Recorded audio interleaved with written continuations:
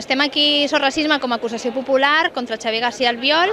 Està acusat dels delictes d'instigació a l'odi i la discriminació i injúries contra col·lectius per tota una sèrie d'accions i de declaracions que va fer contra el col·lectiu gitano-romanès.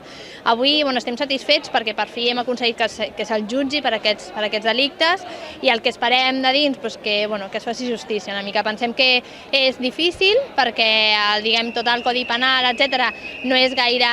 és una mica feble en aquest sentit, una cosa que anem denunciant des de fa temps les entitats de drets humans, però pensem que els fets són molt greus i que és hora de marcar una línia vermella del que es pot i no es pot fer, o sigui que no tot s'hi val en campanya electoral i no tot s'hi val per aconseguir una alcaldia.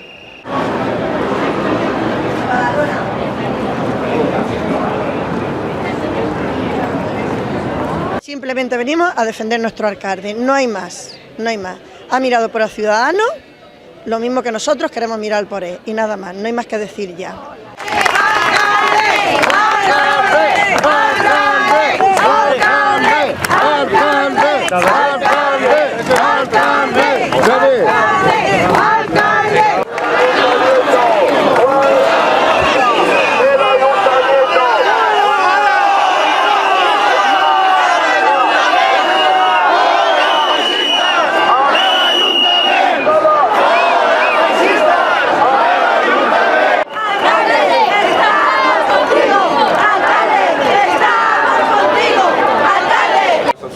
De inseguridad, el civismo, de los problemas económicos.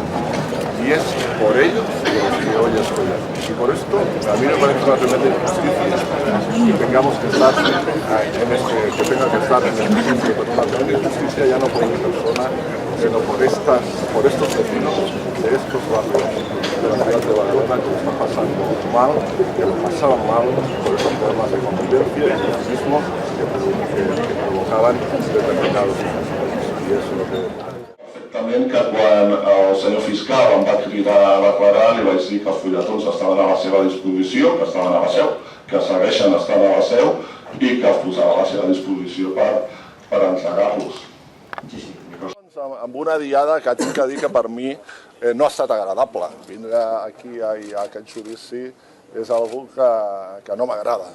Algo que no m'agrada perquè em sembla que és tremendament injust. I em sembla que és tremendament injust per la meva persona, però sobretot per als veïns de determinats barris de Badalona que durant molt de temps ho han passat malament per als problemes de convivència i de civisme i que en aquests moments encara n'hi ha carrers i barris de Badalona que es passen aquestes dificultats. Jo he intentat explicar i crec modestament que ho he pogut fer d'una forma bastant argumentada i raonada, que el que nosaltres, el que jo vaig plantejar l'any 2010, ara fa 4 anys, no era res més que posar sobre la taula uns fets que estaven succeint a la meva ciutat i que eren algo que, des de l'evidència de les xifres i de les dades objectives, em donava la raó.